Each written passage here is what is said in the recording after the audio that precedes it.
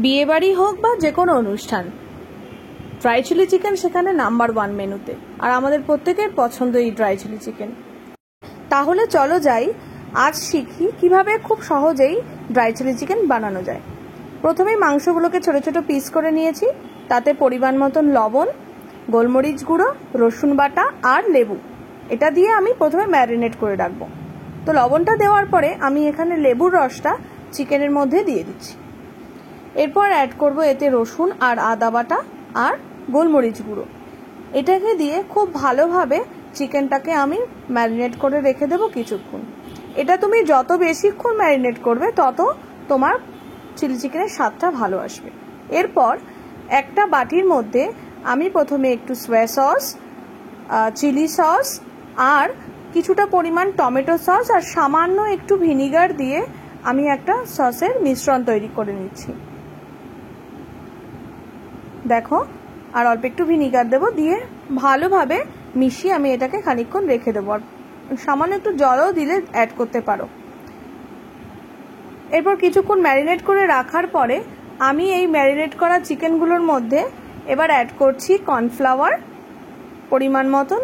খুবই সামান্য পরিমাণে দেব, বেশি কিছু দেব না, কারণ বেশি দিলে কোটটা মোটা হয়ে গেলে না খেতে ভাল লাগবে না। আর দিচ্ছি একটা ডিম। এটা দিয়েই আমি চিকেনটাকে খুব ভালোভাবে মেখে নেব। খুব ভালোভাবে মিশিয়ে নিয়ে আমি এবার চিকেনগুলোকে হালকা করে ফ্রাই করে নেব। কড়াইতে রিফাইন তেল ভালো করে গরম করে নিতে হবে। এখানে আমি এবার চিকেনগুলোকে একটা একটা করে পিসগুলোকে ছাড়বো। খুব বেশি পিস একবারে দেব না, তাহলে গায়ে গায়ে লেগে যেতে পারে, তাতে ভাজাটা খুব ভালো হবে না। ওই জন্য অল্প অল্প করে দিয়েই এটাকে ভেজে নিতে হবে। দেখো, এক পাশ যেহেতু ভাজা হয়ে গেছে, আমি আরেকটা পাশ উল্টে দেব। খুব বেশি লাল করব না, যাতে এর মধ্যে একটা ক্রাঞ্চি ব্যাপার চলে আসে, আবার খুব লালও হবে না। ঠিক এইভাবে ভাজবো, তাহলে সমান করে সব দিকটা ভাজা হয়ে যাবে। এইভাবেই সম্পূর্ণ চিকেনের পিসগুলোকে আমি ভেজে তুলে নেব।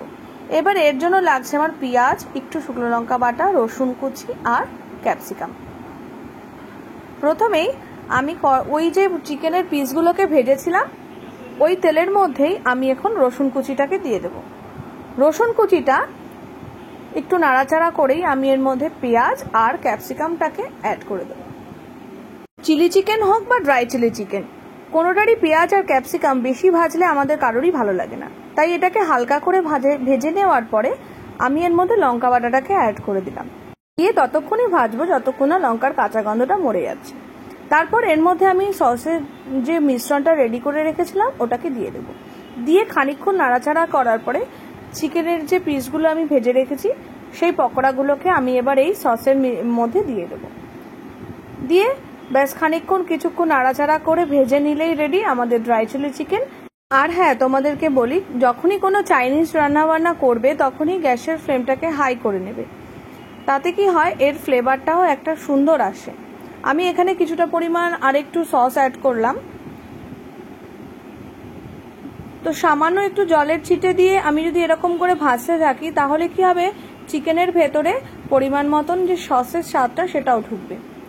দেখো, আমার রেডি ড্রাই চিলি চিকেন। তোমরা চাইলে এর উপর থেকে একটু সাদা তিলও ছড়িয়ে দিতে পারো, আমার কাছে ছিল না তাই আমি দিইনি। তো তোমরাও ট্রাই করে দেখতে পারো ড্রাই চিলি চিকেন কেমন লাগে তোমাদের, সেটা কমেন্টে জানাতে ভুলো না। আজ তবে এইটুকু থাক, দেখা হচ্ছে অন্য কোনো রেসিপিতে।